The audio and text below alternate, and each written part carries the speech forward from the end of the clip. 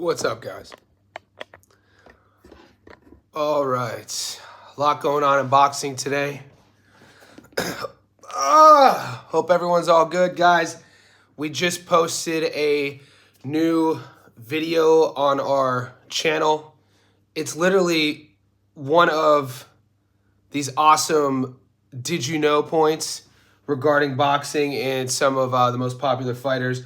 When I was researching Terence Bud Crawford's last fight that he didn't finish, I mean, it was almost to the day 7 years ago. So 2016, he fought Victor Postal. First time he ever fought in Las Vegas. What's up, guys? Against Victor Postal. You have to go all the way back to 2016 to see the last time Bud Crawford fought an opponent and didn't finish him. And that video is up now. What we've done there is to avoid YouTube's copyright policies, to avoid getting flagged. I've taken the whole fight, 12 rounds, and a way to get around the copyright is to edit within 10 seconds of the fight. So you'll be able to watch from round 1 to round 12. But in my opinion, the important part of that video is the story leading up. You'll find some old footage of Bud talking about the fight. You'll find footage of Bud. There's some home footage I dug up. But the one thing that we can't forget about Crawford is that this guy doesn't forget. Even in 2016, even after he beats Postal, he starts talking about yelling at the media because the media in the lead up wasn't talking about Bud's jab.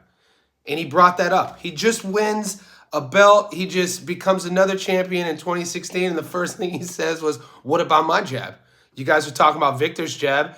And then he starts calling out once again. Do you guys remember the beef that was happening in July for the Spence camp about the media talking about how Derek James was going to outcoach Brian McIntyre, Bomac? And this has been going on Bud's whole career. And I talk about that in the story. I remember that. He's come a long way with the media. He has come a long way. And Bud, though, in 2016, he was talking about, you guys said we were going to get out coached, because if you remember, Victor Postal, he was coached by Freddie Roach, and that was the whole thing in the lead up. They were both undefeated. They were both, I think, 28-0, and Postal was going to beat Bud because of Postal's jab and because of Postal had Freddie Roach. And look what happened. This is a common narrative for all you new Crawford fans or new boxing fans. It wasn't just the Errol Spence Jr. camp. It wasn't just Derek was going to outcoach Bomac. Team Crawford has been dealing with this their whole career. And so a job of mine, which I like to do as a storyteller, is to help highlight that fact. So when we see Bud Crawford on his Twitter and we see Crawford going off on the media, this is frustration. This is a guy who feels that, and now we know these answers to, he was just tired of playing second fiddle, second tier. And it's one of these things that unless you've come up through, this is why I like explaining to Australians. So in Australia, the way the juniors work with amateurs is that, and it's similar to America, you have an amateur system. You go through the amateurs, you fight through the juniors, you do the amateur golden gloves, and that is a pipeline to the Olympics. And then the Olympics obviously is a pipeline to big money media fights if you become pro and successful. Errol Spence Jr. is a perfect example of going through the juniors, going through the amateurs, going through the Olympics, and then having a name and a brand. Bud Crawford, on the other hand, at around 17, when he got to that spot of either trying to qualify for the Olympics, you can see this fight on YouTube. He got screwed out of a decision. Then he made the choice to go pro, so he didn't have that shine from the mainstream media in terms of propping him up. And he kind of had to battle through that. And a lot of fighters don't get to break through. Another fighter in Australia who this happened to, he didn't go through Australians amateurs, was George Kambosos. And so you have a kid named Harry Garside, who there was a fight card last night in Sydney. Garside only has a handful of pro fights, but because he was a medalist in the Olympics, because he had an amateur career, he's commentating pay-per-view events in Australia. And it's like, on the other hand, when George beat Lopez, when Kambosos beat Teofimo Lopez, it wasn't on the headlines down here. It wasn't like how, like, when Tim Tszyu beat Harrison or if Tim beats Mendoza. George Kambosos wasn't adored by and isn't adored by Australians media. And I find that a travesty because, when he beat Lopez and then how he brought Devin down here twice, these were huge events. And the media, the boxing media, just never really embraced Kambosos, even though he is a Aussie-born boxer. And it would be a lot different, though, if he would have been like the Harry Garsides of the world or the Errol Spence Jr.'s of the world, who went through the Aussie amateurs, the amateur pipeline, and then represented the country. But Bud Crawford has that builds a chip, especially if you feel that you're not being supported by your own people.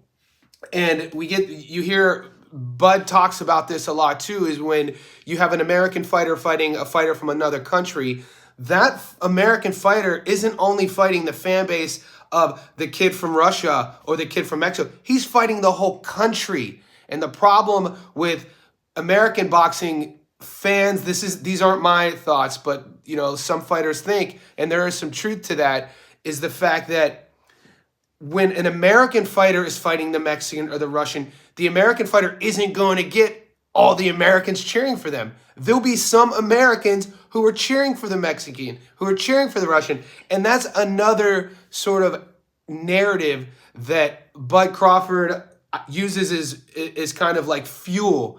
That he's one of these guys that gets fired up by the haters. And go back to the video. Like I said, kind of a long-winded explanation. The last video, it's the story of Bud Crawford's last fight that went to the decision. 7 years ago, Victor Postal went all 12 rounds, knocked him down twice, point deduction. Pretty interesting story there. And so moving forward, if you guys been paying attention to the news today, there's a lot of stuff going on. You got Shakur Stevenson, looks like he's finally has another fight, but I have PTSD right now about Shakur Stevenson and his promotional company and getting hopes up about him actually fighting. So I'm at the stage now with Shakur, and it's nothing against Core. Like, I love watching the kid fight. He's the one who had a storied amateur career, went to the Olympics, and I love seeing him fight, but it's not his fault sometimes. The media could get, I don't know, man. Rumor is that fight was signed and he got pulled out. And he's been trying to get fight after fight. Now it looks like Edwin De Los Santos is finally going to step in there, hit the like on the way in. Come on, guys. Like the video. I appreciate it. Hit the like on the way in to get the video out. That's beautiful. Yeah, so the way I'm learning about the algorithm here, the like button puts you up in the suggested video. I appreciate it, guys. What do you guys think of Keith Thurman? Did you hear Keith Thurman? This is a talking point I wanted to talk to you guys about when it comes to, and this is in the title, when it comes to bravery or, I guess, timing. Keith Thurman was on record just yesterday, saying that he wipes the floor with the version of Errol who fought Bud. And normally I wouldn't call those comments out, but the reason why those are odd to me is the fact that version of Errol was the first version we ever saw lose, meaning it wasn't his best version. So why would Keith Thurman not want to fight Errol's best version, is what I'm saying. Usually a fighter would want to say, hey, that guy, that version of that guy last night, I don't want that guy. I want you to bring your A game so it could bring the most out of me, because that's generally what happens when you see a fighter sort of fight outside of their skill set in a good way. It brings both guys up, and then sometimes if a fighter has a bad night, it brings the level down. Obviously with Terence, he had the perfect fight.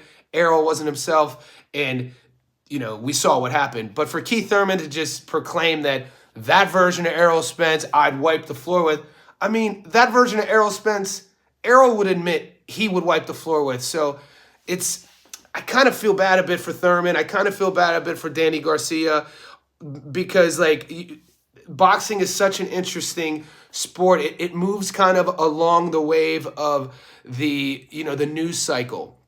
It is a sport of what have you done for me lately. I remember yesterday when Danny Garcia, DSG, was selling out arenas, and you disappear for a few years and then you try to make a comeback, whether it's an interview you do or in his case comments he made about Bud, and the fans will just get on you. The fans aren't the same. You know what I'm saying? The same fans who packed that arena out for DSG a couple years ago, they're not the same fans piling it on saying that he's retired, old, no power, isn't only a counter boxer. You know, those aren't the same fans because new fans come and old fans go. And seeing a guy like Thurman who's, you know, has the bad loss against Pacquiao, you know, some fights that he wanted to organize didn't get signed, and now the same thing with the fans. We forget that record. We forget when he looks at his best, and it seems like the comments he made about Errol, maybe Keith Thurman has forgotten how great he used to be as well. And so a lot of interesting stuff. Boxing, if you follow the boxing news cycle, it is similar to, in terms of the fan base, it is similar to any sort of pop culture event going on. I mean, okay, here's one for you. Pop culture event, news cycle. My hometown is Northeast Ohio. Do you guys remember a couple months ago, East Palestine? It's about 30 minutes west or 30 minutes east of Youngstown. And there was the train derailment and there was, you know, pollution. It was a chemical disaster, right? And it was all over the media. When's the last time anyone's spoken about it? That, you know, nobody speaks about it anymore. I just use that as an example. Turn the page, news cycle. So the next thing, you know, the wildfires in Kauai in Hawaii. Are people still talk? They should be talking about it. These are issues that people really need help on. Nobody talks about it now, right? It's the same thing with boxing. So it's like, you know, I hate to use real serious life events where people have gotten sick, people have died, and their life is on the line with a sport. But in terms of what have you done for me lately, fan bases, in terms of people talking, and the mindset around the fighter, you step away for a little bit, mate, and you don't fight, and you come out with like some demands, you come out with a little bit of ego, the boxing community, the boxing fans will get you. And that's something that I think the fighters, you would think the fighters would know that by now. It does seem Bud knows how to handle that. Crawford knows how to handle it. He, you know, bringing up all those tweets yesterday when he was talking to Danny. He was like, hey, I asked to fight you years ago. You said no. So now have fun fighting everyone else. I mean, in the messages, in the comments on Facebook, people were kind of torn. Some people were like, good for Bud. Bud deserves it. Bud worked his ass off. He was the B-side, and he could do whatever he wants. And then another side of the comments was like, damn, Bud, you should have a little bit more grace. You should have a little bit more humility, blah, blah, blah. I'm on the side of, yeah, he did run from Bud. I'm on the side of Bud. It's like, mate, he deserves to say whatever he wants now. This isn't a young amateur who's trying to get the big fights.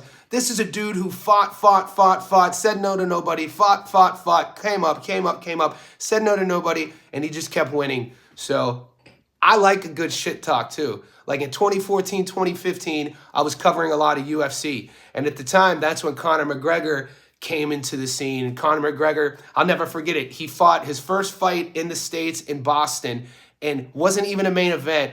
In the Boston Garden, I think TD Garden did the blackout treatment for him. And I was like, this kid is going to be a star. And when he got on the mic and he started talking all that shit, I liked it because he backed it up. And it's the same thing. Bud could talk all that shit he wants. Why? Because he backed it up, and he backs it up. It's going to be interesting.